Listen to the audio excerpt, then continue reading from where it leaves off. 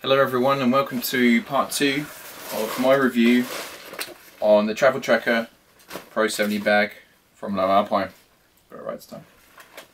Basically this is my review after the basic 2 years of use. I did a first impressions video just to give you what I thought about it when I first saw it.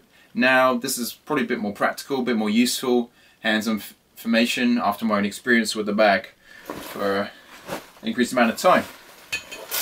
First off, I got to say, I was pretty impressed with, get out of the way, what's going on with these netting compartments.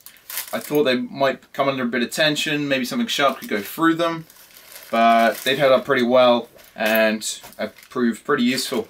Along with this bit down here, this proved invaluable while traveling. You've got that area there which can open up and then you can put dirty clothes, usually more often than not you're going to put trainers in there, put them in a plastic bag, seal them away like that, and then they're kept clear away from all your other clean clothes. Although if you've been traveling for a while, chances are you're probably not going to have too many of those. Something that really impressed me about this bag, and never fails to, still to this day, is that just the material of it. I mean, I can't tell you what that is, but anything they got on it, dust or whatever, I can just sweep off like that. The durability of the thing. These zips, so chunky, with the teeth really thick. I often had heavy weights in here, up to 25 kilograms. Not really sure how I was getting away with not paying excess in that in the airport. But and these were taken to stretching point many times. You know, the bag was like busting. You know, it's probably one of the biggest bags I saw while I was traveling around. I don't know what the hell I was carrying around, but anyway. These zips held strong and I was never too worried about it you know, breaking on me, falling apart. This proved very good. This little zip out the back here, it's not quite as sturdy as the other one to be honest, but it probably doesn't need to be. And this is the one again that just keeps these straps and everything away. So when you're coming into your hostel or your hotel or whatever, or just place of stay, and you just want to chuck it under your bed or whatever, or just keep it out of the way, you know, you just zip that thing up, and the amount of space you save, and it's just so, it's easy. You still got the handle, whereas it on top, so you can just like fling it around, just put it wherever you want really, just basically out of the way and just simple to use.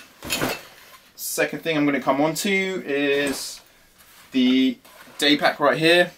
Unfortunately not quite as good reviews on this guy.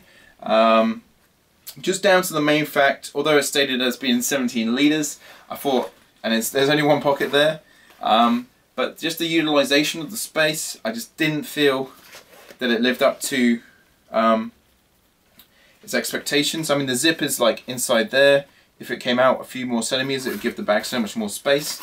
I don't know if it's testament to the tough material, but just putting items in there, it doesn't really give you that stretch to be able to squeeze more in there. So I found sometimes after putting perhaps a box of cereal or 4 pints of milk, you know, big milk carton in there, I found there was very little space for anything else. And for me, for someone who likes to have a lot of, you know, who doesn't mind carrying a lot of stuff with them just on a day pack, or buys a lot of shopping for example and carries it in the backpack, this didn't really do it for me. I don't know if it's just because of the conditions I was using it in. I was in Australia, it was pretty hot, and I was riding a bike quite a lot and going to the gym, and I found that these two strips here, although they feel very soft, unfortunately they were a big absorber of sweat, and I'm not really one for washing my bags, and unfortunately it came down to that these panels here have just picked up a tremendous smell, and that was another reason why that I couldn't get around to using this bag actually. I opted for this Dakine model here. It's just basically a snowball bag, and although it's actually 1 litre smaller, it's 16 litres as opposed to 17 litres, it just utilises the space so much more. You got these clips on the outside which allow for towels or whatever to be carried, and I just was able to carry a lot more things with this one as opposed to this one. The reason why I originally got this one was because I knew that it would fit in to the cradle here really easily, and I believe that, you know, in terms of security and stuff, this is going to be the best idea, because you don't want someone being able to come in there really easy, you know, if it's a bit loose or whatever. I want it to be really tight. But in reality, I found that I rarely ever had this little backpack on the back.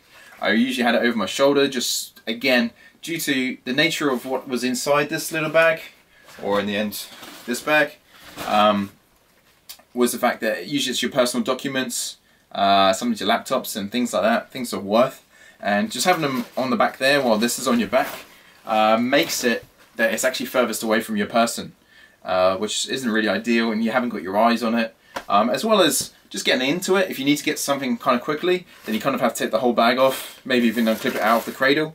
And so basically, yeah, about 2% of the time did I actually put this little travel pod into there. So in that respect, I would probably say just go for your own bag. I went for the Dakine one there, or I would also recommend, find it, this Jansport one. I think it's called the Trinity 2 or 3 now. I don't know, this is quite an old one. This has probably been my favourite bag, one I've ever had. It's been durable, I've carried such big loads in there, and just due to the amount it can stretch, I've got my big bike lock in there now. It's just a great bag. So this one to go with that one, it'd be ideal. But overall, very pleased with this bag. If they're still making it now, or a slightly updated version that hasn't changed too much, and it's under 150, I'd really recommend getting it.